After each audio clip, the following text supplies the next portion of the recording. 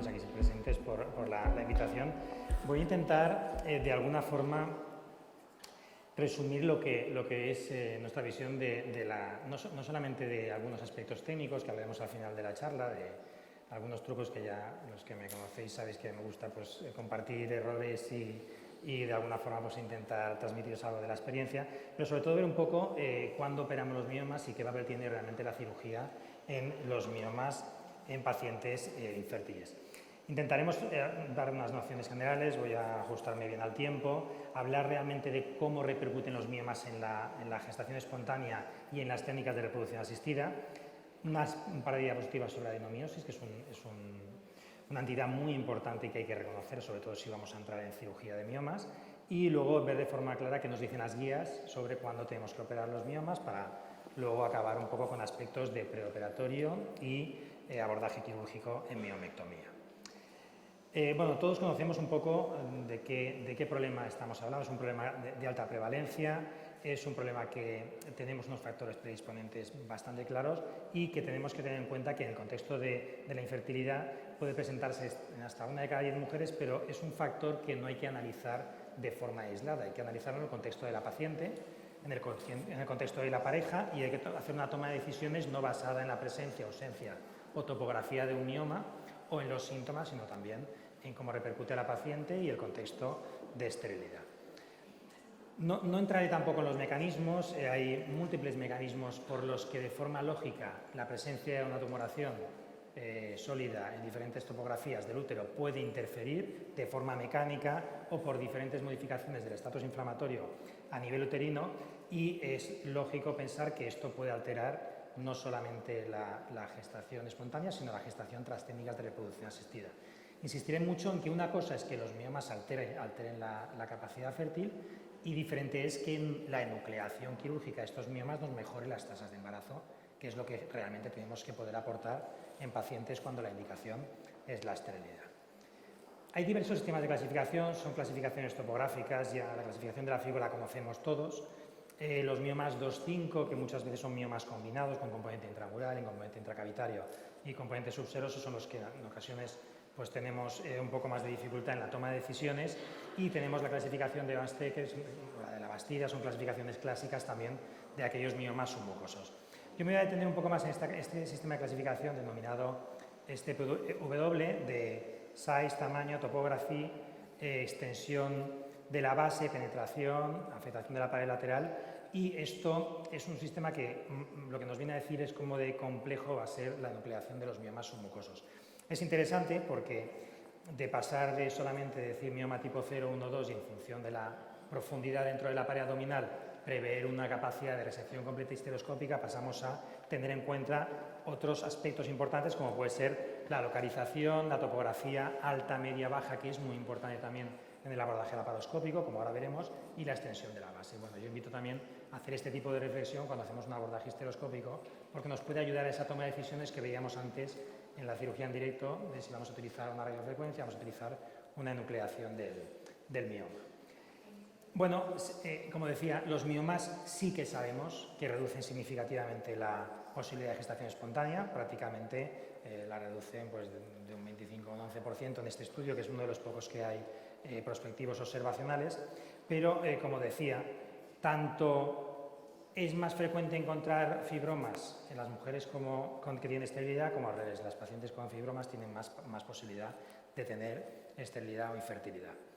Y también es importante que tengamos en cuenta que la presencia de mioma, y esto en el metaanálisis de la SED queda bastante claro, nos van a incrementar de forma significativa la posibilidad de aborto, de problemas gestacionales, bolsa rota, prematuridad, preeclampsia, placenta previas, anomalías de la estática fetal y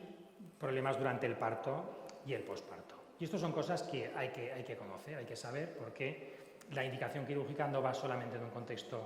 de fertilidad, sino de embarazo, sino de resultado reproductivo en términos de llevarse pues, un niño a casa vivo, sano y sin problemas durante la gestación y el parto.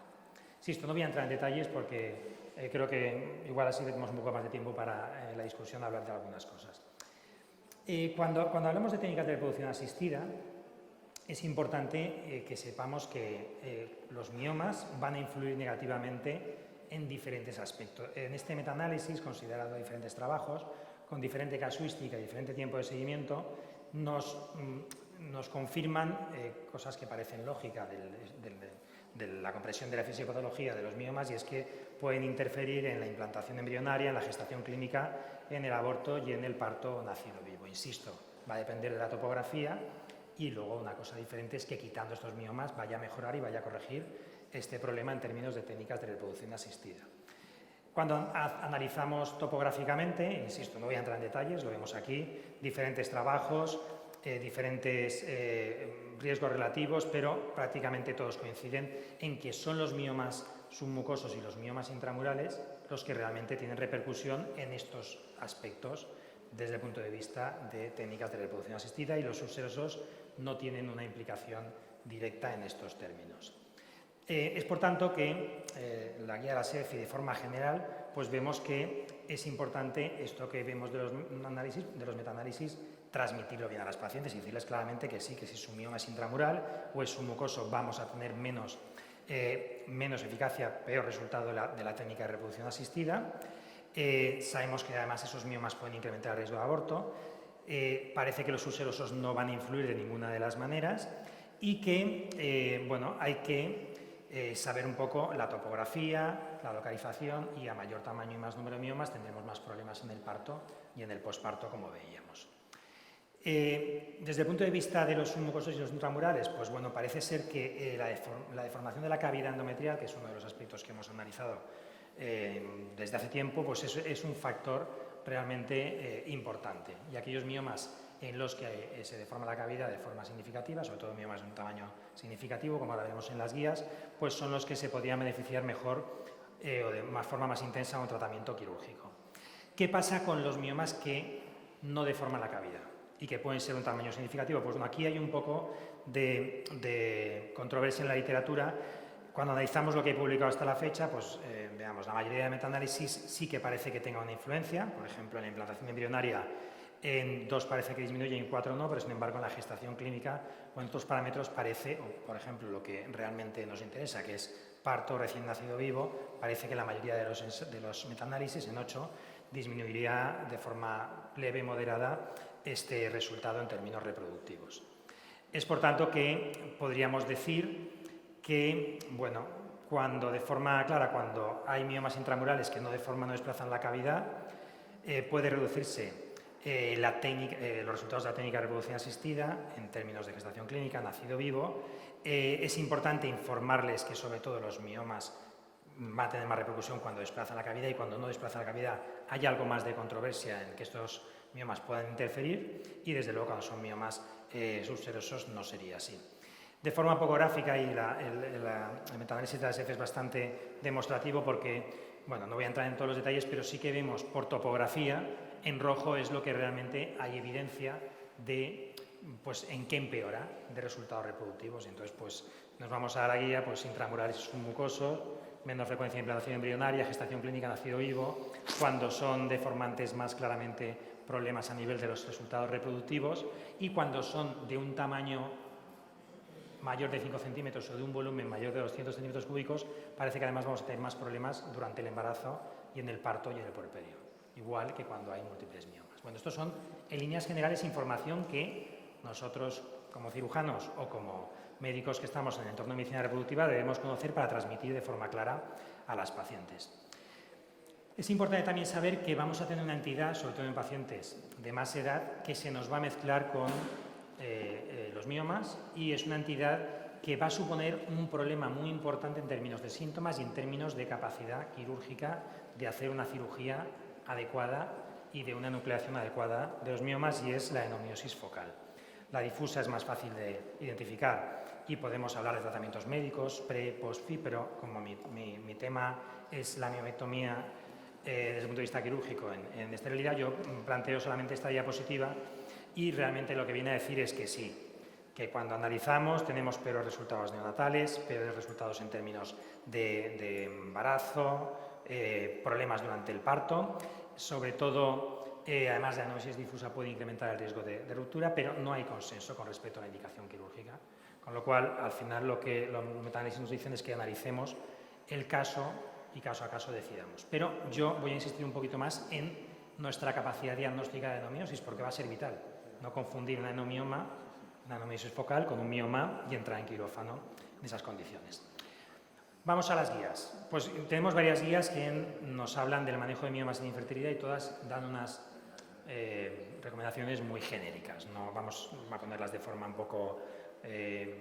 bastante sucinta, pero veamos cómo, basado en los metaanálisis que hay, pues nos centramos otra vez en la discusión en miomas submucosos y intramurales, que deforman la cavidad hay bastante consenso, en el que sí que parece que podemos tener un resultado mejor haciendo cirugía que no haciendo cirugía o haciendo técnicas ablativas que no haciendo. En los intramurales que no afectan la cavidad hay algo de controversia, pero sí que parece ser que con miomas de un tamaño significativo podemos encontrar mejorías en tasas de recién nacido vivo, embarazo clínico y reducción de tasas de aborto. Como decía, las guías, el Colegio Royal Australian and New Zealand College, pues nos dice que lo que ya sabemos, submucosos, intramurales, parece ser que, sobre todo si tenemos fallos previos en técnicas de reproducción asistida y tenemos como único elemento la presencia de ese mioma en el contexto del estudio de esterilidad de la pareja, pues parece que pueda ser interesante hacer un abordaje quirúrgico. Lo mismo, parece ser que en mujeres con lo mismo, miomas que sean asintomáticos que si alteran la cavidad, sobre todo si tenemos también dificultad en acceder a los ovocitos en la captación de la técnica de reproducción asistida, podemos plantear también hacer una enucleación de los miomas y también aquellos casos, y aquí está la guía canadiense, en las que ha habido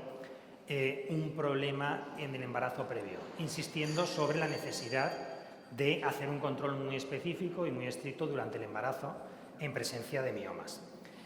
En caso de mujer que no tenga deseo reproductivo, claramente la histerectomía, en caso de que haya indicación, es superior en términos de resultados, y pone ya que, y en esto nos habla la doctora Rey, pues como las nuevas técnicas de energía focalizada, pues bueno, son un elemento importante que hay que tener también en cuenta. La FIGO es más genérica, nos dice que en miomas mayores de 5, que sean de tipo 3-5, parece que puede ser interesante intervenirlas antes de la FIB, y en principio la técnica de abordaje, pues el consenso dice que lo hagamos de la forma más segura. Aquí la clave es conseguir una técnica quirúrgica con un resultado en términos de cicatriz que sea adecuado, preferiblemente de forma mínimamente invasiva, pero lo deja, como siempre, a elección del equipo quirúrgico. De forma resumida con todo esto, ¿qué es lo que hacemos? Pues bueno, yo me he permitido poner este esquemita en el que simplemente de forma clara los miomas subserosos o parásitos, en principio observación, sabiendo que pueden tener síntomas compresivos y crecimiento progresivo, y eso puede ser una indicación para hacer cirugía.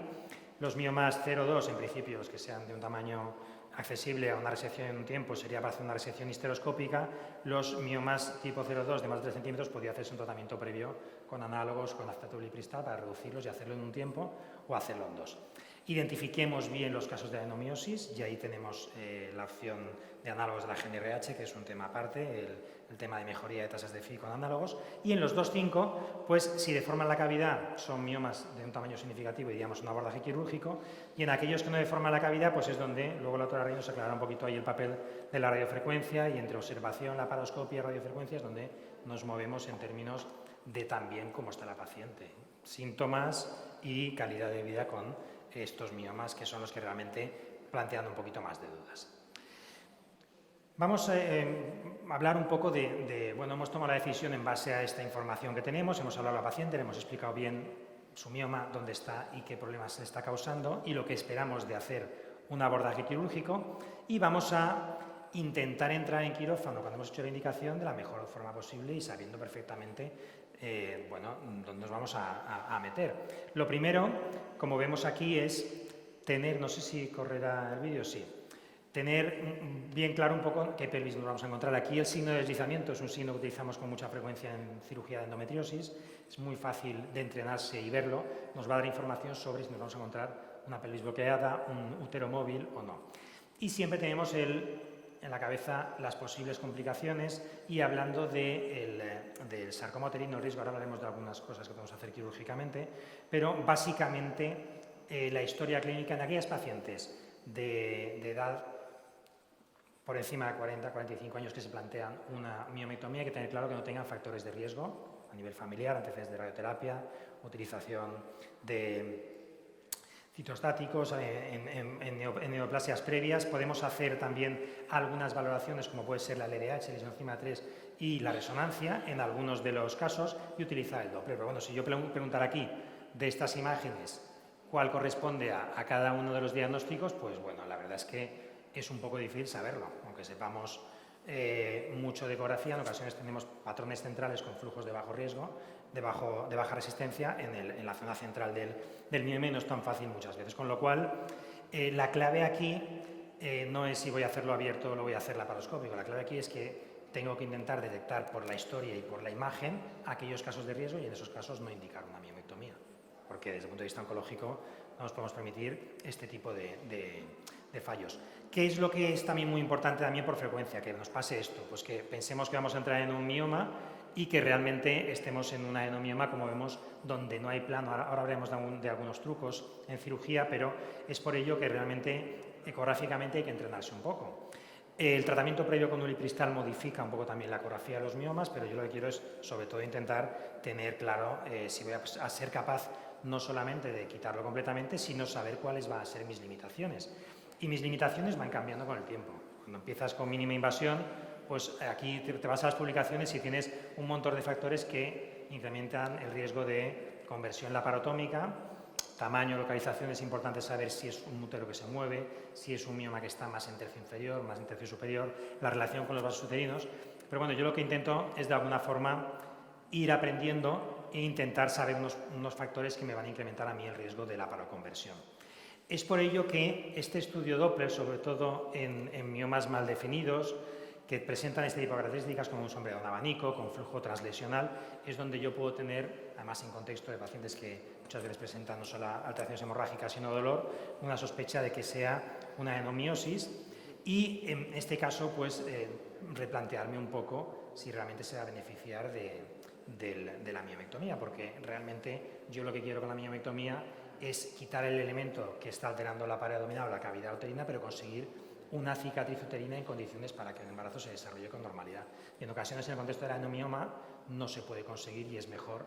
ir directamente a un tratamiento con análogos, una técnica de reproducción asistida, sin quitarlo. Entonces hay que valorarlo bien. Y voy a, para acabar y ajustarme a tiempo, pues dar algunas consejos o compartir algunas reflexiones con respecto a la técnica.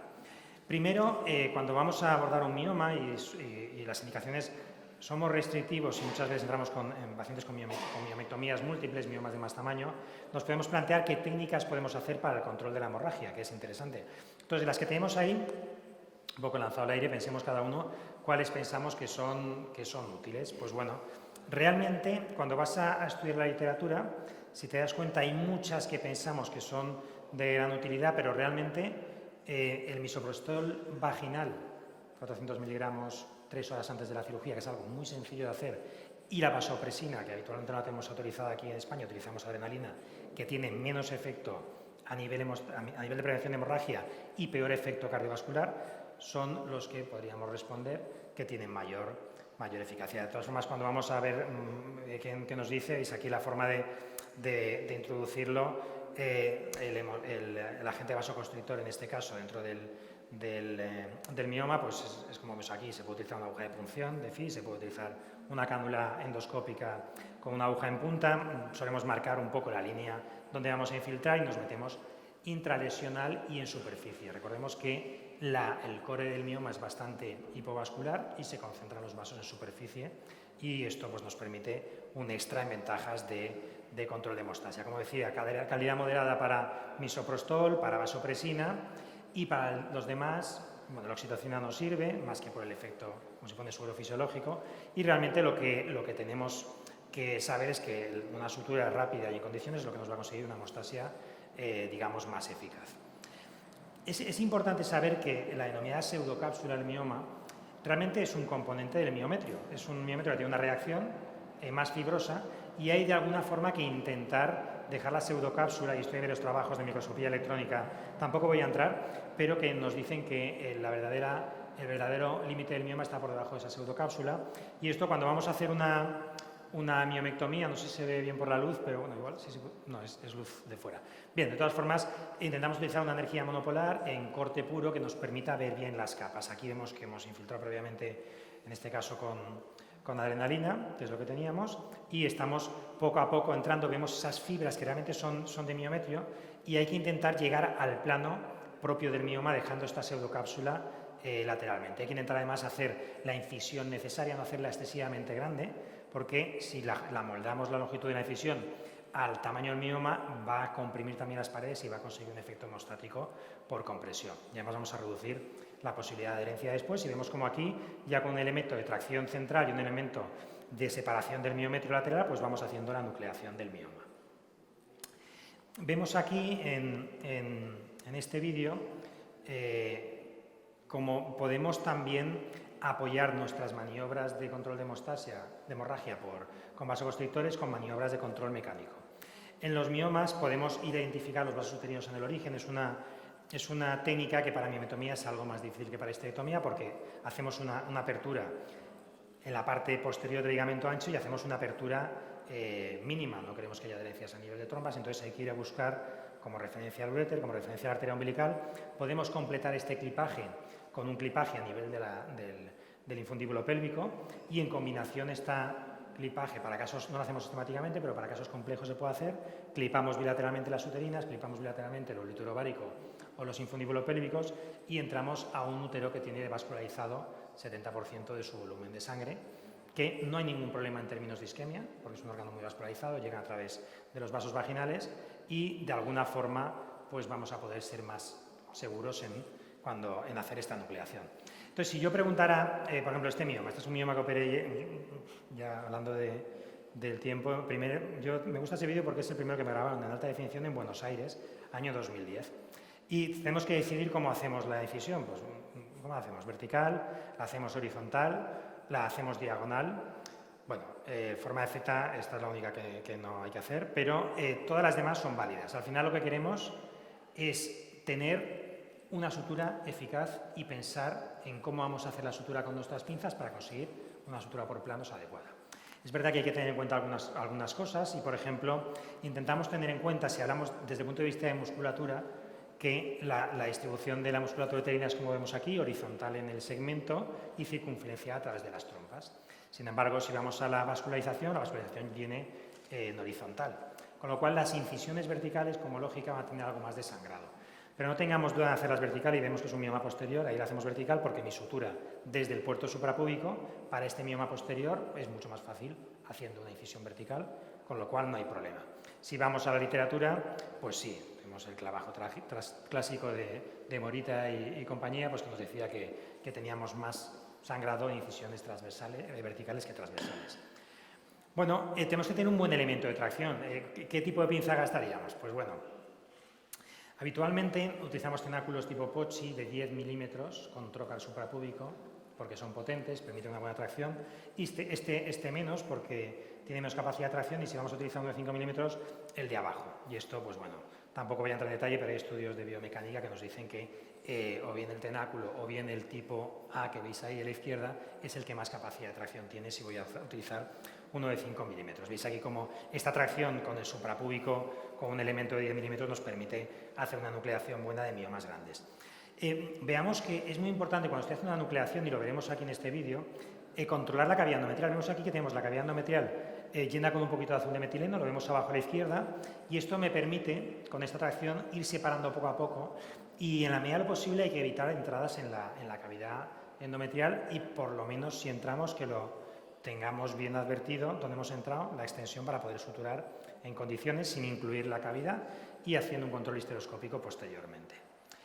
Es interesante porque cuando yo hago una miomectomía en condiciones, esto es un trabajo interesante en el control ecográfico post-miomectomía, como la doctora Rey también nos demostrará con la ablación, que muchas veces sorprende que el espesor, el grosor, el aspecto del miometrio un mes después de la miomectomía es un aspecto completamente normal. Y esto es algo que tenemos que reflexionar cuando hacemos un abordaje histeroscópico a miomas grandes, en dos tiempos. La miomectomía histeroscópica, sobre todo con técnicas digamos, esta mañana hemos visto el morcelador mecánico, que es interesante porque no creamos quemadura en la pared, pero si utilizamos un monopolar, un bipolar y dejamos muy poco miometrio, ese miometrio no se va a recuperar y podemos tener problemas de complicaciones en posparto y en ocasiones en miomas de volumen, aunque tenga componente submucoso, podemos plantear una nucleación laparoscópica. ¿Y cómo reduciríamos el riesgo de ruptura? Bueno, por ejemplo, de aquí algunas cosas. Vamos a pensar, hay que esperar al menos 12 meses, si es ulceroso el mioma no hace falta suturarlo, si se habla la cavidad es un factor independiente y hay que conseguir una coagulación perfecta del lecho antes de suturar. Pues bueno, como podemos ver, realmente con 6 meses es suficiente y sí que la apertura de la cavidad endometrial es un factor importante. Hay estudios, no voy a entrar en detalle porque ya me quedan solo unas diapositivas y es fácil de entender, pero podemos tener rupturas con miomas pequeños, subserosos y hay que intentar hacer hemostasia con la sutura, no con electrocirugía, que nos puede dar más problemas en la cicatrización de la cavidad. Maestro Jordi Ponce, aquí presente. Robótica. No pongo vídeos de robótica, pero es que como no hago miometomías robóticas prácticamente, las tenemos ahí puestas para... El robot lo tenemos ahí en oncología y en endometriosis, pero es verdad, claro, si vas a hacer la sutura con el robot, pues esto es una fiesta, porque es mucho más sencillo, más fácil de aprender.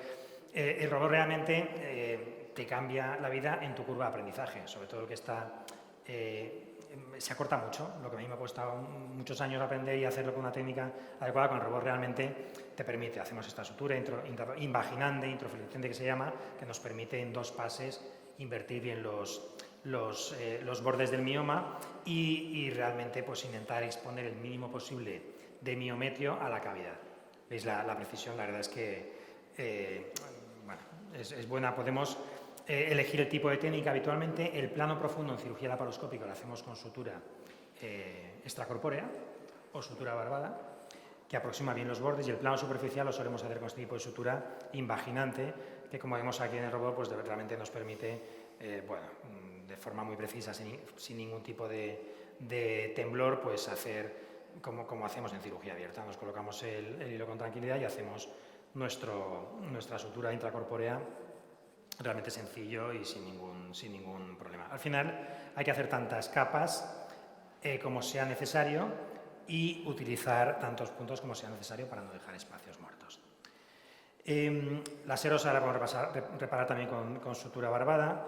Realmente la sutura barbada dio problemas al principio, las de primera generación, con respecto a algún problema a nivel de oclusión intestinal, pero las de nueva generación no tienen tanto problema de adherencia y se puede utilizar de forma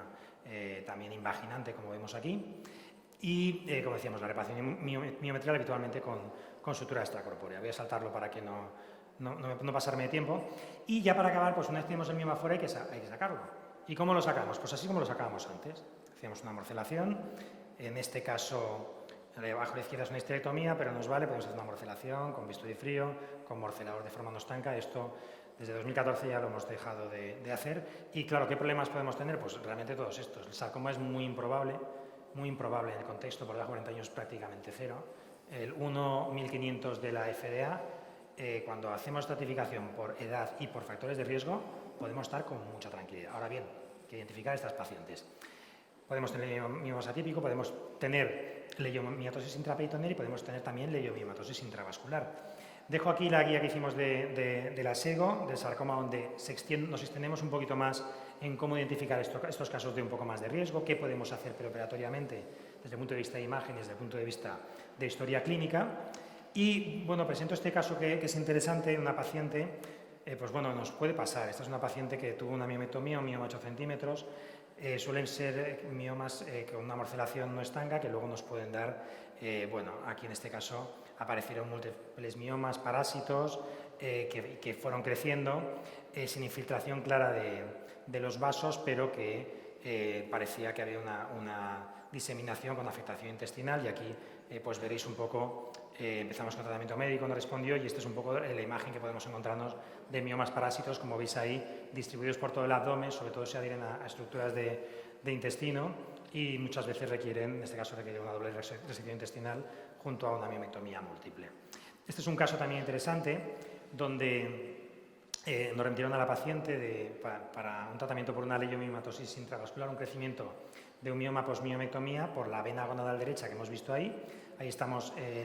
asegurando la vascularización y referenciando la arteria renal derecha, y era un mioma que crecía desde la vena gonadal derecha a la vena cava inferior, pasaba al tórax y se metía en la aurícula derecha, donde había crecido y tenía un volumen que no teníamos claro si íbamos a poder sacar desde un abordaje por una venotomía de vena cava inferior. Por eso hicimos la extracorpórea, aseguramos la aurícula y luego al final no hubo problema. Vemos aquí cómo estamos sacando el fibroma, la extensión del fibroma de la aurícula, y luego caudalmente, seccionando la gonadal, también conseguimos sacar toda la parte distal y se suturó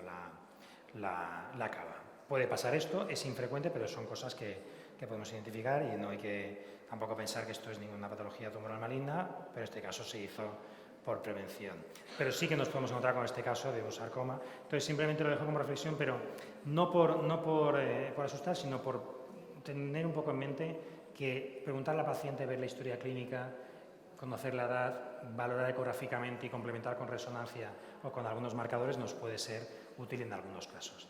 La pieza la extraemos de esta forma, la tenemos en una bolsa ahora en forma como de estómago, como vemos aquí. La parte más fina la sacamos por el ombligo, la parte más amplia de la bolsa,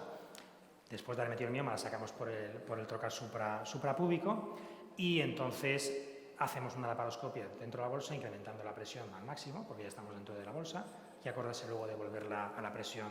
adecuada, y hacemos una morcelación completamente estanca. Metemos el morcelador y se morcela, como vemos aquí, está la bolsa, está el mioma, morcelamos, y cuando hemos acabado la morcelación, atamos el extremo fino y sacamos la bolsa a través del ombligo y podemos hacer una comprobación de estanquidad que es completa. Podemos tener algunas maniobras, hay muchas maniobras, realmente hay poca evidencia,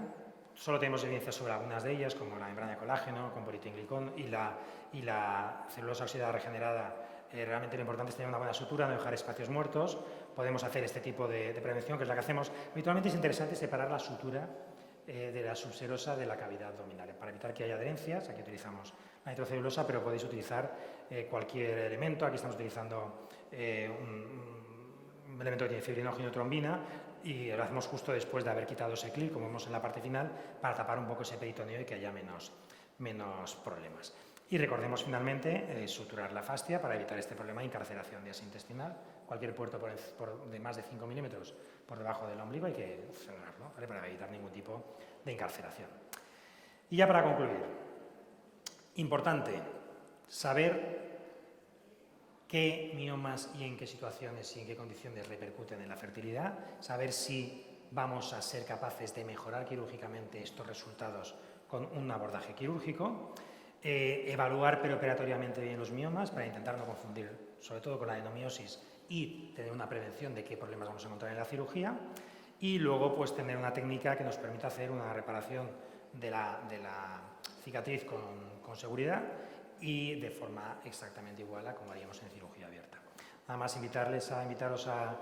un congreso que haremos, que breve anunciaremos, y contactaremos con algunos de los aquí presentes para que vengáis, que haremos a principios de junio en Valencia. Y una vez más, Victoria, todo el equipo de la clínica, muchísimas gracias por la atención.